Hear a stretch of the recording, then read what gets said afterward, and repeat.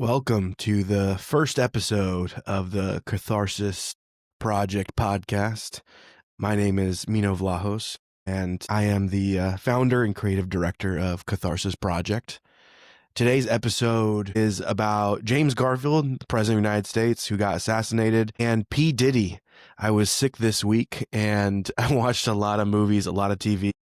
And I wanted to share some of my reflections on watching both of those. One was a show, miniseries, the other one was a documentary, and talk a little bit about power and leadership and the path of the light and the path of the dark. Before I do that, just some housekeeping. This is the very first episode, and I recently just started the Catharsis Project. So I ended a company I'd started before called The Adapting Leader, which was a bit of a misplaced, misdirected kind of endeavor. And now I'm starting something new. And the entire purpose of the Catharsis Project is just give me a platform to express myself creatively, artistically. And so one of the things I've realized, I've been trying to make videos, especially on YouTube. While I really enjoy making most parts of the video, I'll be honest, the editing process just absolutely sucks. Like, I really don't like editing videos. And so I thought to myself, all right, what's the way to actually do the parts that I like and then get rid of the parts I don't like? And what came to my mind is, why don't I actually just start, in essence, live streaming, podcasting, like whatever you want to call it, where I talk, it's unfiltered, unedited, other than removing some uhs and pauses and cleaning up the audio a tiny bit, but there's no real editing involved. The sacrifice of that is having to speak truly from the top of my mind, right? And we'll see if I end up planning these at some point. I'm sure people who do podcasts plan the shit out of them. Right now, I'm just diving right in, and it's just a vehicle for me to share some of my thoughts and wanting and having energy and wanting to express my energy in a certain way. What that means is that, it might not be the prettiest, most polished thing. I have a perfectionist inside me. I'm a recovering perfectionist, and one of the beauties of editing the videos is you can try to make them as perfect as possible. You can edit out words, whole sentences, minutes, blocks, whatever you want to call it, of things that don't fit. Or, you can tidy up the narrative or move things around. And that helps so that you feel like you're clearly communicating and what you're saying can be clearly represented. Whereas in this format right now, whatever I say will make it into this final edit, and it's in public, and then someone can go, in 5, 10, 20 years and clip something or find something. So the perfectionist in me is like, no, kind of control. Instead, I'm going to just let it rip, let it fly, and let's see what happens in this kind of experiment. I don't know how long this will last. Maybe it's a temporary experiment in terms of the medium, or maybe it's something that sticks around. So I'm going to be sharing my unfiltered kind of in the moment thoughts. I truly didn't pre-plan any of this, and let's go on a fun adventure together. Today, if you're watching this on video, you'll see that I'm drinking a dirty soda. My guilty pleasure is watching The Secret Lives of Mormon Wives, which is a reality TV show based in Utah. And yeah, I don't watch really much to any reality TV, but that show, for whatever reason, hooks me. There's also, I doubt you can hear this, but there is a helicopter, for whatever reason, just circling right in front of my building. It's just standing right there, or hovering right there, I should say. So it's creating quite a bit of noise. But I'm going to be drinking a little bit of my dirty soda here today as I share some of my thoughts on Garfield and Diddy. All right. So as I mentioned, this past week I was sick, and I couldn't really muster the energy to do much other than kind of lay and at times be able to watch some content, watch some movies, watch some TV. And I watched two really interesting, really well put together, I thought, series. The first one was, I think it's called Struck or Death by Lightning, which is a mini series on the President James A. Garfield. And the second is, I forget the title, but it's basically like the P Diddy expose made by or produced by 50 Cent. So I'll start with and I think there's kind of some interesting contrast here, which is why I bring these two up together. So start with the James A. Garfield miniseries, which I thought was really well produced. I really enjoyed watching it. And If you, for whatever reason, follow me on YouTube, you'll know that I have rated and ranked all the United States presidents. So I went through all of U.S. history and did this huge analysis and made a really long, fun, but long video going through the details. But I had a rule, which was if you were president for less than 2 years, so you didn't finish half of a term at least, I didn't rank or rate you. So Garfield was not ranked or rated at all. I skipped him. And I think we usually do skip him because he was only president for a few months and then he was assassinated.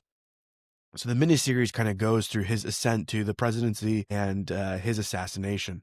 One of the things that I found quite remarkable about the depiction of James A. Garfield, and now look, like I said, I skipped him in my review, so I don't know that much about Garfield. I actually ended up going in more detail on his vice president, Chester A. Arthur, because Chester A. Arthur did complete more than the majority of one term. So I would even say I know more about his VP than the man himself. So I'm going off the documentary here. I have a little bit of knowledge, but not too much. And what I found very remarkable about his ascent to power is that he was a sitting congressman. So he was in the Congress. And back in the day, and for a lot of U.S. history, U.S. presidents, they were not elected, in the primaries. The primaries are not direct primaries. So people didn't vote for the candidates. The parties nominated the candidates themselves. This actually changed with the election of Theodore Roosevelt.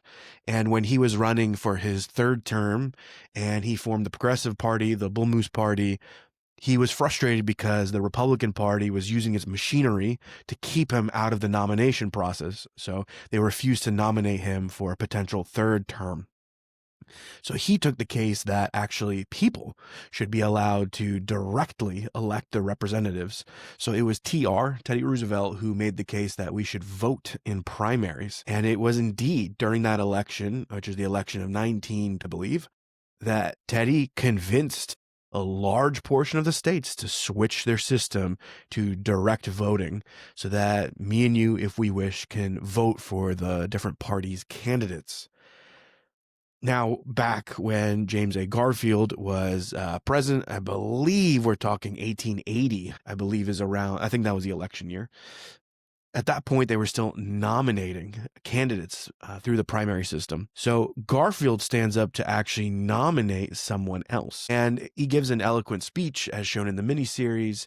And then there's a deadlock. So the different parts of the Republican Party had kind of fractured and they had competing priorities. And so the stalwarts wanted to renominate Grant, Ulysses S. Grant, who, again, in my video, I give an S tier ranking to. I believe Ulysses S. Grant is one of the most important leaders in United States history and one of the best leaders in United States history. So after Grant finishes his 2 terms, he goes away for a little bit. There's a nice little kind of corrupt bargain that takes place. And now he's back. He's back on the scene. So they're trying to nominate Ulysses S. Grant. And he keeps getting the plurality of votes, but he never gets an outright majority. And at some point, this keeps going on long, where there's a switch that flips and everyone else kind of rallies around this, I guess, to me, would be somewhat unknown congressman for president. They nominate Garfield, which is a shock, right? And, again, they portray this in the miniseries where they come out and they say, Garfield's nominated. Everyone's like, who the hell is that? No one's ever heard of Garfield. And so Garfield comes in with a kind of strong reform kind of platform, and he carries on the legacy of kind of the Republican Party wanting to be in favor of freedmen, black freedmen who were trying to find a way through this crazy, corrupt, violent system that, even though had just freed them, was now trying to re-enslave them with everything in their might. And so Garfield comes out, he wants to reform the party. He wants to reform this kind of like corrupt spoil system that has just kind of decimated the federal government since Andrew Jackson. So he's really one of the first, with this like anti-corruption platform. And he comes into power, and he wins the presidency. And then he's ruling as president, and he doesn't get that much done. And then he is tragically assassinated. And it's actually his vice president, Chester A. Arthur, who was a member of the stalwarts. So he was a member of that kind of machine politician that actually flipped on his old kind of base and pushed through the reforms that Garfield wanted to make. What's interesting in this story is, and in a lot of United States history, is unfortunately, it seems that for some of our biggest legislative reforms, domestic reforms, U.S. presidents have to be killed for them to go through. So a lot of the amendments that Lincoln was pushing for, I believe the 13th Amendment was pushed and signed while Lincoln was still in office.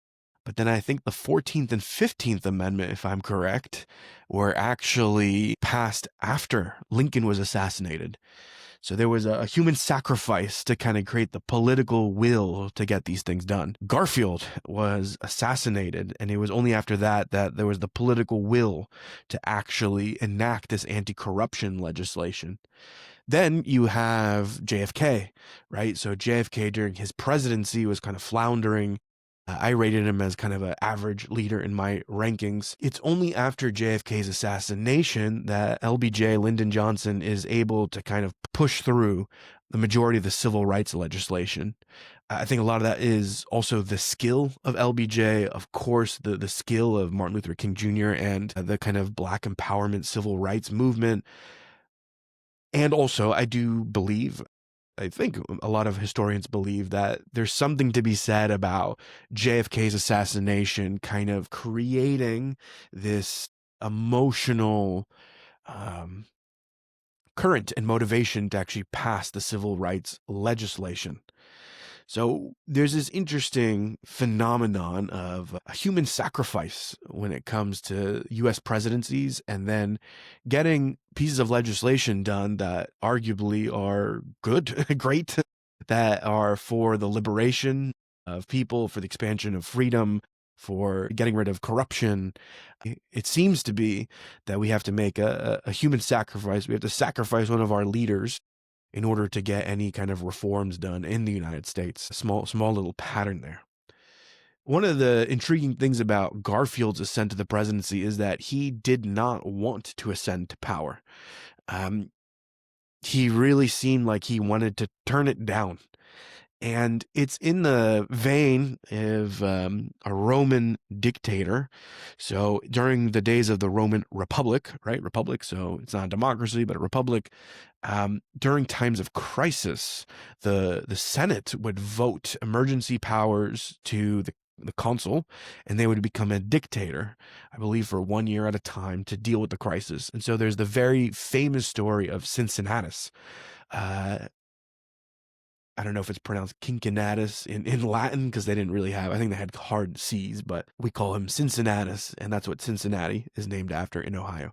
So Cincinnatus is famous because he was, I believe, a military general. He retired. He went to his villa. He was farming cabbages. So he's a farmer. The Republic falls into crisis. There was an invasion at the borders. And so they call in Cincinnatus and say, we would like to make you dictator. And Cincinnatus takes over the dictatorship. He defeats the enemies at the gates, and then he immediately resigns his post and he goes back to farming. And it's a famous example of having power, having ultimate power, and actually giving it all away, and going back to something that we would say is quite, quote unquote, basic or ordinary, which is farming. And then a second crisis actually hits the Roman Republic. And so they call Cincinnatus a second time, and the same story unfolds. He goes, he takes care of it, he resigns, he goes back to farming. This, of course, was a very inspiring story for the founding fathers of the United States and for George Washington. That's why we have Cincinnati in Ohio paying homage to Cincinnatus, a great leader, right, who did not find himself corrupted by ultimate power. And you could see similar things when you study some of the U.S. presidents. For instance, Harry Truman, an accidental president. He was VP for FDR's fourth term. And when FDR passed away unexpectedly, Truman, upon finding out, was just absolutely devastated. He really, it seems, did not want to be president, and it really threw him for a loop. And then Truman, Harry S. Truman, becomes one of the greatest presidents in the United States history. So there's something to be said and it's interesting, and I'll get this, I'll make the contrast in a moment, but there's something interesting about leaders who don't want to be leaders, and they really take on roles as a form of duty. Like they really just don't want to do this thing, and they do it like a job, right? It's not to fulfill some kind of personal ambition or compensate for something psychological. It's like, okay, there's a job for whatever reason. It seems to be my job, and now I'm going to do the job to the best of my ability.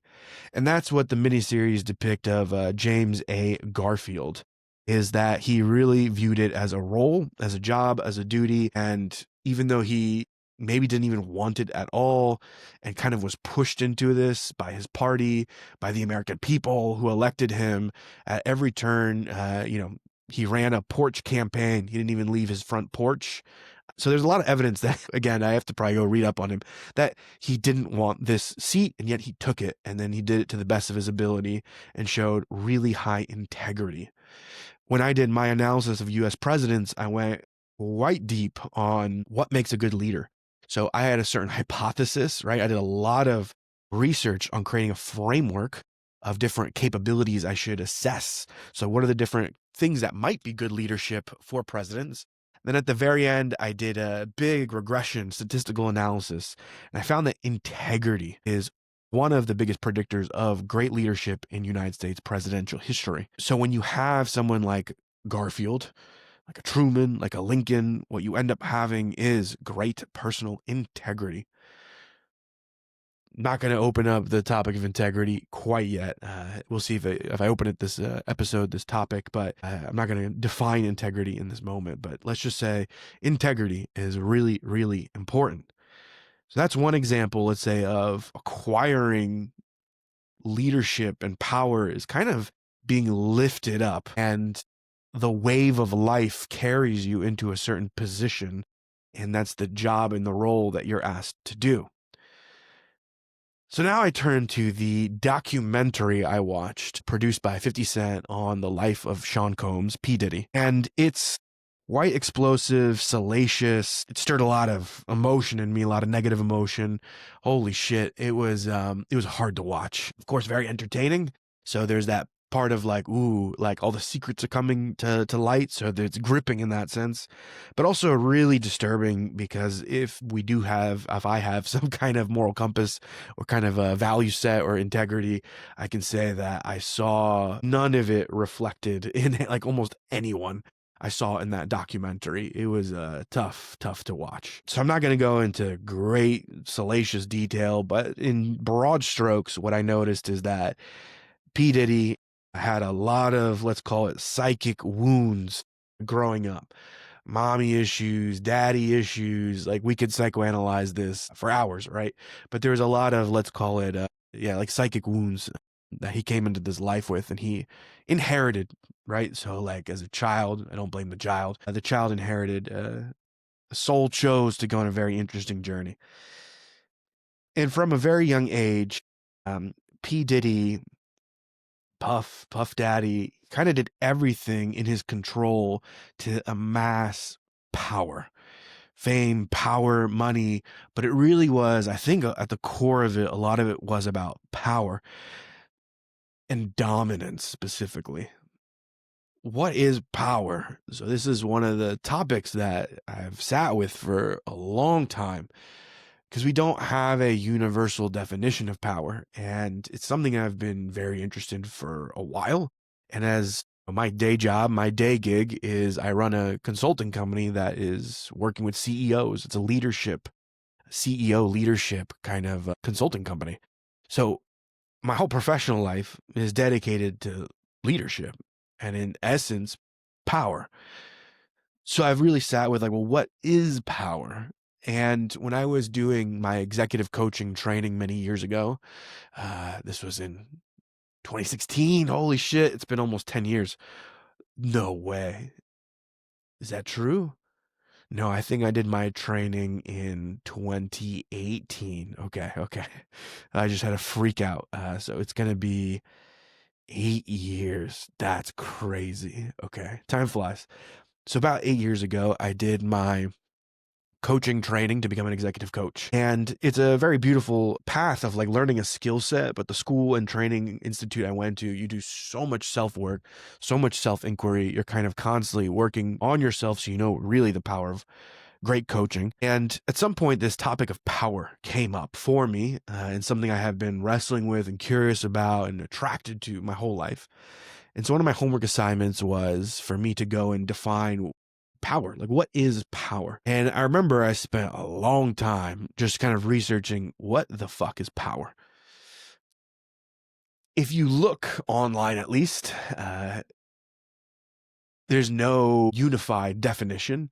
And I'd even go so far as to say there's not even that much discussion of power, which I find interesting because it's such a core part of human systems and social systems. And I think a lot of us are obsessed or power driven or attracted to or interested in or curious. There's power is something we crave. It's like everywhere. It's like such a human thing. And yet we shy away from talking about it openly.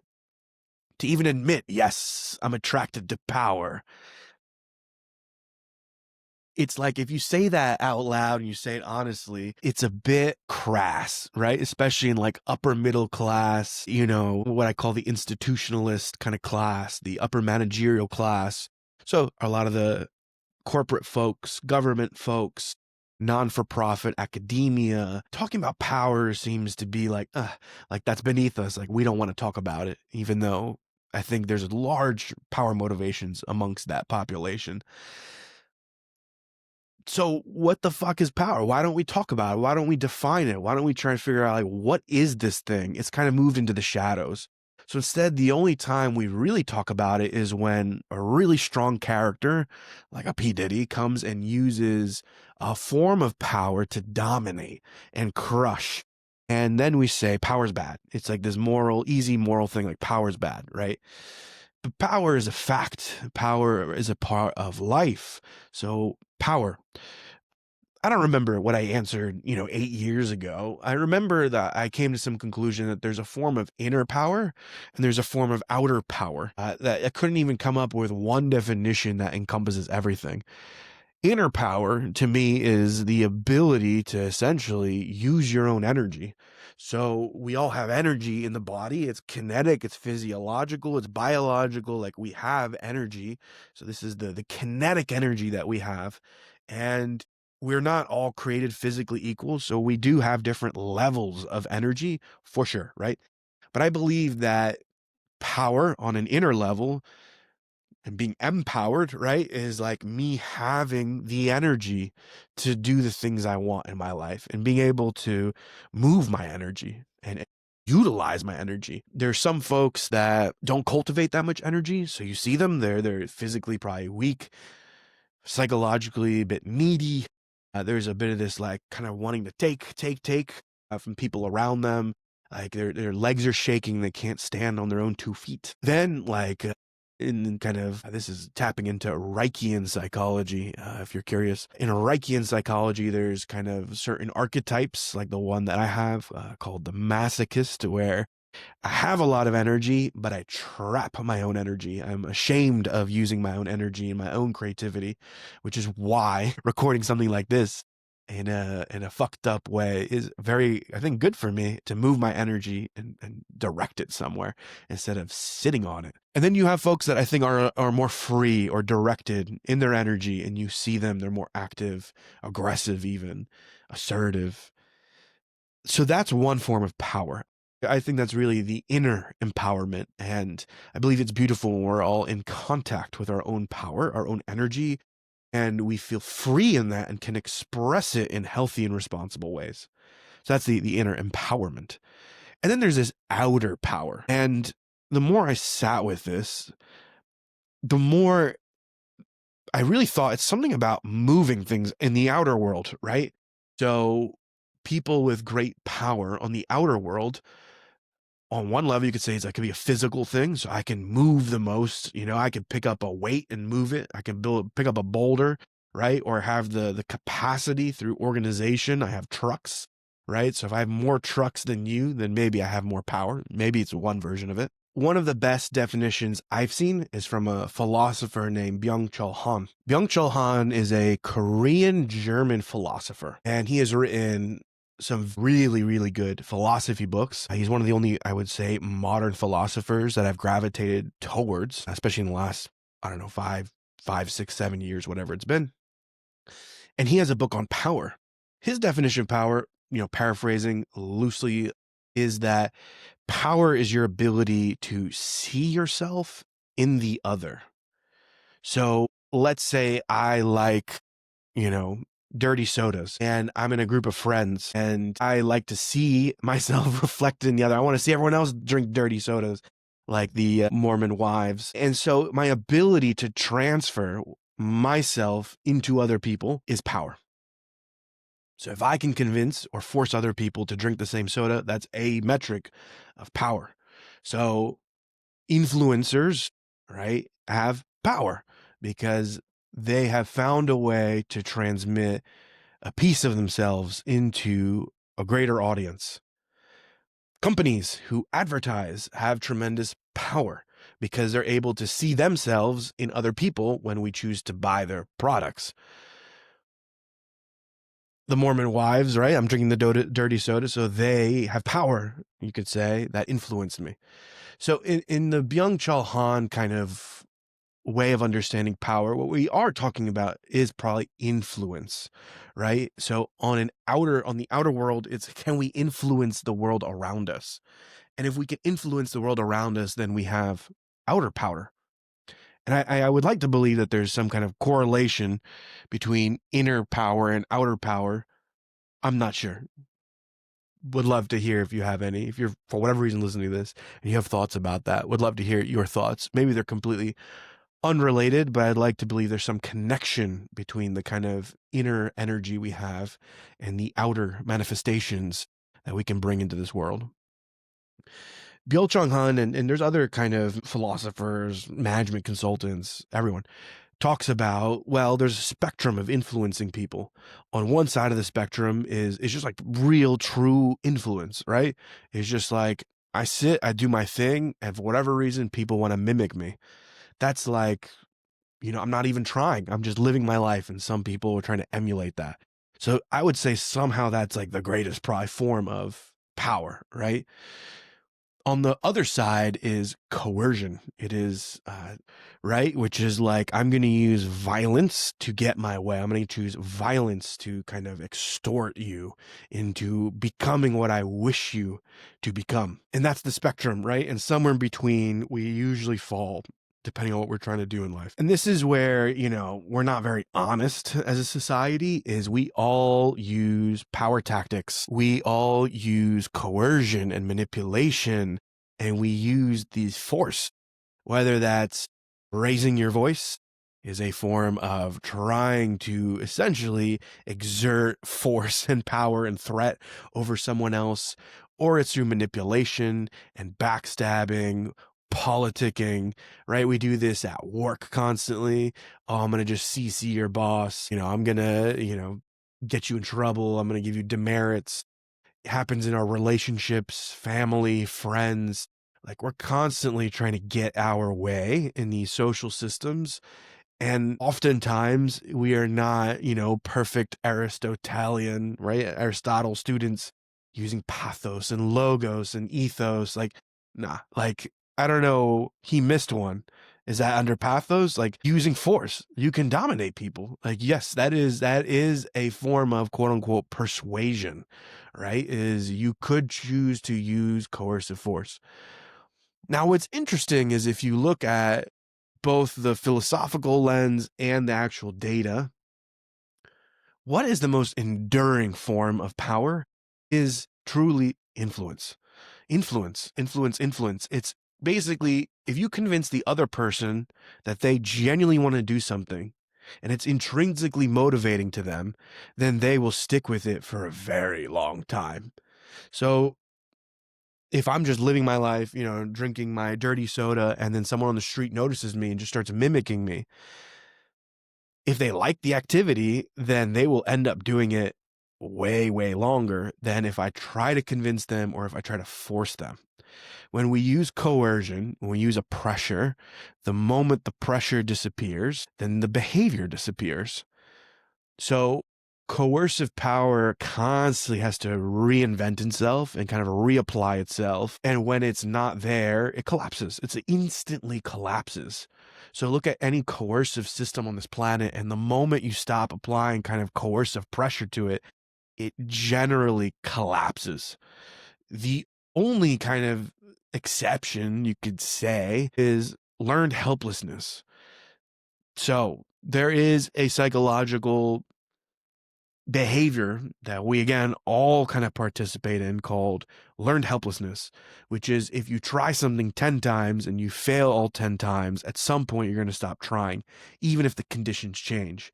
There's a very famous example. I talk about this a lot in my other job, my day job, where they had a dog, right? And the dog had a shock collar. So they put the invisible fence up. The dog learns about the invisible fence through shock collar. At some point, they remove the fence, they remove the collar, but the dog doesn't try to get out. The dog is convinced that the invisible field is still there, right? So it just sits and whimpers. And so they even try to move the dog resists. Eventually, they get the dog over the line, the dog runs back. So that is a part of our psychology that I see all the time with the clients I work with, is this learned helplessness, right? Or you just kind of are unable to get out of the invisible fence. The way they end up getting the dog to eventually do it is you have to carry it physically, pick it up and carry it multiple times back and forth and rehabituate it and recondition it so that it can actually go beyond the invisible fence it thinks is still there.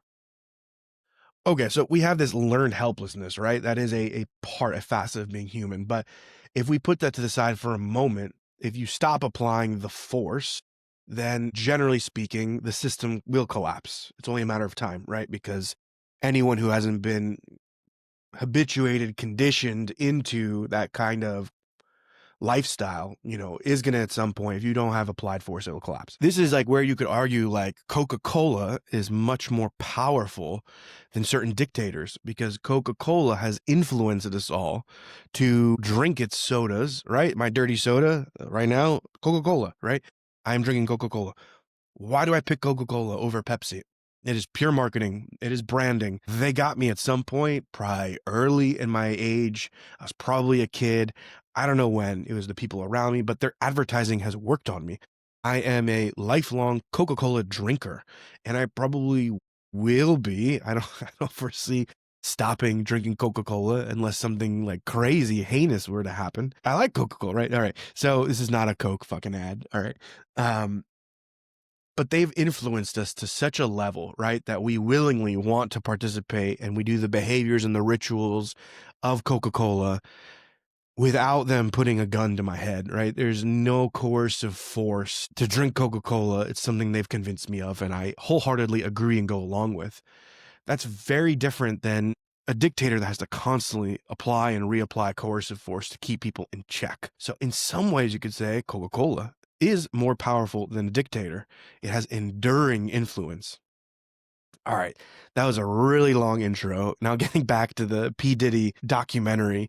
So everything in Puff Daddy P Diddy is this game of coercion, of dominance. From the moment he's starting his come up, it's all about how do I get close to people who have influence, power, resources.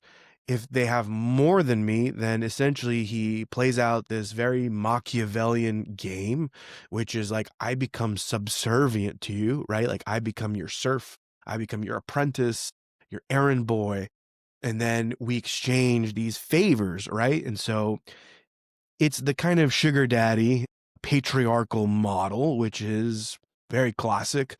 It is patronage is another, kind of way of looking at it. So it's this patron client kind of system. So he serves the needs of the powerful and the wealthy. And in turn, he is given education, resources, access, and over time, he's able to leverage kind of every opportunity to the next, to the next, to the next. But at every juncture, what you can see is that there are negative consequences. So at every turn, you can see everything P Diddy does creates what we in economics would call negative externalities. Negative externalities is like whatever activity you do has a negative byproduct. So the very classic example is taught in economics is you open a factory and then the factory poisons the river and then the river goes to a town, a village. And so what do you do to make that right? And so in the economics profession, what you'd say is you impose taxes or levies or penalties on the company and use it to compensate the victims who are downstream. Now, in reality, in our day-to-day practices, I would say this is a big glaring issue, is that we do not actually account for negative externalities well in our society, which is why we have a lot of issues of restitution and injustice. But in a perfect world, maybe you could perfectly quantify the amount of damages, practical, emotional, psychological, physical. And if you could compute that number, then you should make the party responsible pay that number, and then an equilibrium has been equilibrium reemerges, right? So if you cause me $10 in damages and then you pay me $10 later, in theory, that should make us equal. In the P Diddy story, he has tons of negative externalities. So he throws a party at a school. I think it's a City College of New York, or City University of New York, CUNY. I don't remember, to be honest. But he throws a party and it's overbooked and the security isn't right and the doors are locked and there's a stampede and I believe 9 people died. So there was a tragic, really, really messed up cost to this party, but it's one of these parties that kind of put him on the map. And no restitution was ever made. No negative externality was ever accounted for. And if you look at even the business side of when going through a documentary, is at every turn, when Diddy kind of makes the leap from one level to the next, there's some kind of negative externality that's never accounted for. But we'll even go beyond that. If you look at what they were describing with how he was paying artists and setting up contracts, he would set up contracts that severely underpaid the artists. There was one quote that really stuck with me from the documentary where there was a singer and her lawyer was looking over the contract and said, look, you can either get famous and rich or you can just get famous. In this contract, you just get famous. Like, you're not going to make any money. You're not going to get paid, but you will get famous, right? And so everyone got the fame, but no one actually got compensated for the fame. So there's so many examples in the documentary about artists like struggling, like they're, platinum selling, topping the charts, selling out concerts, and they don't have money for dinner, right? They can't rub 2 nickels together. Then, of course, there is all of the heinous sexual assaults and sexual violence, physical violence that just seems endless. Like, I don't know. It's really even just describing that, my body feels like a soreness in my chest. There's a deep sadness that I'm experiencing. I don't know. It's like disgust, sadness. I don't know if one could ever, I don't know, man. It's bad stuff. So he dominates people physically as well, right? Men and women on all levels. He's deeply implicated and meshed by a documentary in the Tupac assassination, indirectly putting Biggie in the situation for his assassination. A lot of allegations of violence and killing and shootings. It just goes on and on. It was a lot. I think it's too much even for the documentary to account for. When I was reading up on, they left things out because there's just too much, man. There's too much to go through. So yeah, I'm not going to be able to do it justice off the top of my head here, but yeah, okay. So coercion and dominance, and the whole thing is take. That's the whole kind of P Diddy model, and it was so consistent across every facet of his life, whether it was the professional the climb to power, fame, and money, his relationships with the people around him who he fucking destroyed. If you add all of this up, right, is just take, dominate, rough stuff. So let's put this side by side now, right? You have one person that ascended to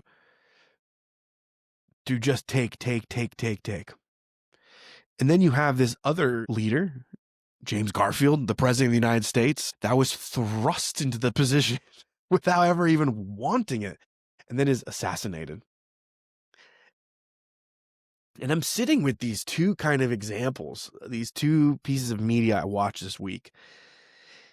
And the driving thing I kind of keep coming back to is this relationship between giving and taking is about reciprocity.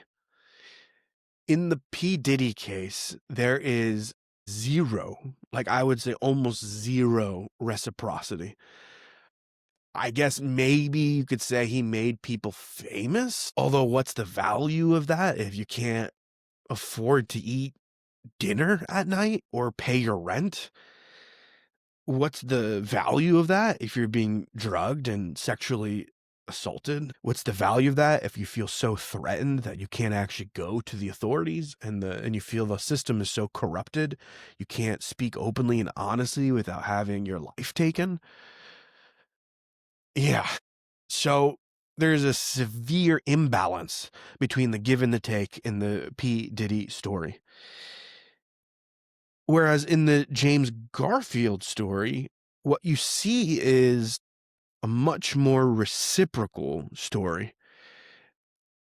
Garfield, of course, personally benefited from up until the assassination, I guess you could say. And so he was in service of his country. That's like a kind of common theme of the documentary, is that he is truly kind of in service of the United States, both as a congressman and then as the president. So he's giving, right? Like service is giving. It's like, I'm doing what's best beyond my own self-interest. But then his own self-interest was, generally speaking, up until again the assassination, also meant like the guy got to take care of his family. He got to be applauded and recognized and seen. He got awarded power and influence. He made it into history books. He wasn't there that long. But there's a lot of things about Garfield where there was this beautiful reciprocation of give and take. And even more so, what's interesting is that at none of these junctures do you see the negative externalities that you see in the P. Diddy story. So you never see like James Garfield had to deal with the devil to make it to the next level. He never had to coerce or make these Faustian pacts, right? Like he didn't trade something. He didn't trade his soul away for anything. And you see that in the kind of bigger karmic picture, if we put it that way. His death led to the transformation, the beginning at least of the transformation of the entire US political system and rooting out corruption for the first time since like 24. So he gave a lot to this country. He gave his life for this country. And then in return, ended up fixing a lot of things. Now, of course, the subsequent presidents, like, Chester A. Arthur did have to push the bill through. And then you see kind of like president after president make strides, right? Like you see Grover Cleveland make strides. You see Benjamin Harrison make strides, McKinley. It kind of reaches this apex with Theodore Roosevelt, who takes this kind of progressivism to the next level and puts like the final nail in the coffin of this whole corrupt patronage, like bribery, machinery system in politics. But it starts with Garfield. And so Garfield is a beautiful example of living our life, in like a positive way. It's not about seeking power, right? It's not about like, I have to become this president thing, right? There's part of me that's wrestling with this myself in my own life, which is should I force an outcome, right? Do I force myself to become something to get certain whatever it is in my personal, professional life? Or are we presented with certain paths and certain roles, and it's our duty to accept and respect the role?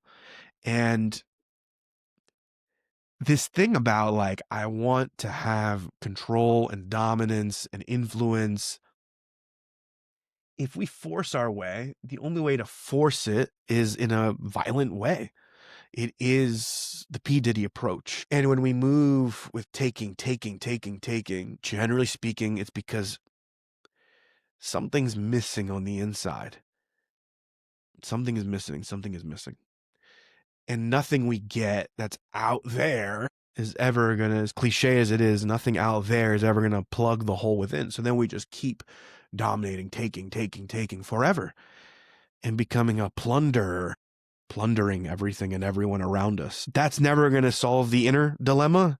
And then the outer thing is always going to be not satisfying.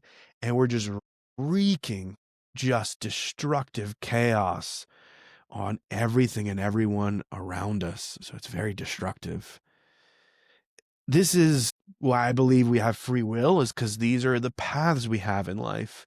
We can move with light and grace and see what life has to offer us, the roles that present themselves. We can choose to take them on with integrity, which is, I have an intrinsic motivation to do this, and I can do it in a way where it doesn't violate my own inner voice, inner consciousness. Or I have a projection of my mind, a desire, a thought that like, I should be this. I can fulfill something in me if I go for that. And then the extreme, if you take that to the extreme, you get a P Diddy. We're probably somewhere on that spectrum. If you're listening to this, you and I, we're either we're somewhere on the spectrum between a James Garfield, the humble servant, and the P Diddy, taking and desiring and fantasizing and trying to build a fake reality and choosing a path that's not in integrity with ourselves and the relationships around us. We must respect the give and take in life. And we must respect that, yeah, we're not all meant to be rich and famous and this, and that. I believe those who are meant to actually have it and get there through integrity don't get entangled with these things. There's no negative externalities on the people around them, on the planet around them. They do things with a respectfulness. But when we violate, when I violate, when you violate, when we violate ourself, when we corrupt ourselves in the pursuit of something, well, then we've done a little deal with the devil. And so we first struck against ourselves. So we're the first victim. And then from there, we just spread the hurt around to everyone else. It's tough. It's tough, man, because we live in a system. We live in a society, right? There's a social system that we're a part of. And I think we often get the memos that this is the only way we can do it, is to like participate in the corrupt system. And it is a corrupt system. And we're all corrupting ourselves to fold into the corrupt system. I get it. I've done it. I've been it. And what I've tried to do over the last 10 plus years of my life is to say, choice by choice, what would it look like if I just got a little bit closer to personal integrity, to making decisions that do not violate myself and then do not violate the people around me, and building that inner integrity step by step, learning to be in reciprocity. The give and the take need to equal each other. And the funny thing, and I was talking to my mentor about this the other day, is whether we know it or not, give and take always equal each other. So if we're not actually doing things in an overt, transparent way, the price is always paid. The price is always paid. It just might take time, and it might look really weird, but the price is always paid. So if me and you are exchanging something, I'm selling you something and you're buying it, and when there's a fair price, and then, do me a personal favor, this thing and that thing. Well, we're still exchanging. It just might not be money, but now we're exchanging in favors and personal relationships and guilt and emotions. So always the equation balances itself out. It just might be in different kinds of currencies. And those currencies are tough to account for and show up in very weird ways. So that is some of my initial thoughts on James Garfield and P Diddy, reciprocation, the give and the take. And the lesson that I take for myself in all of this is I, of course, have many childish and childhood fantasies of wanting to be special or, this position, that position. Everyone look at me. And what I've neglected often is like, but what's the role that I'm really meant to have in this life? And how do I take that role, accept it, and do it damn well, instead of always being in my mind, projecting and fantasizing? That's the seed. That's the seed of the Diddy lifestyle, as uncomfortable that is to say. When we fantasize, when we try to play a role that's not ours, when we try to attain things through manipulation, coercion, violence, force, bad things happen for all people involved. So let us take James Garfield as a beautiful role model.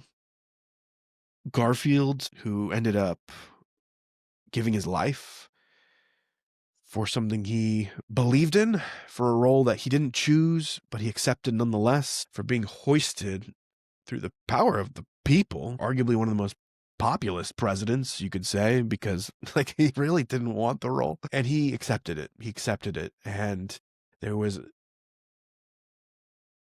for society, huge net positive benefits when he accepted that position. So thank you, James Garfield, for the power of your example. And P. Diddy, fucking hell, man.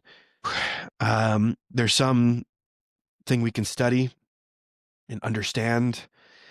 And I always feel like with figures that are that shadowy and that heinous, that we can still learn something. And that learning might literally be the only positive that can emerge from situations like this. And in a weird way, maybe then it's our duty to learn something from these horrific things, so that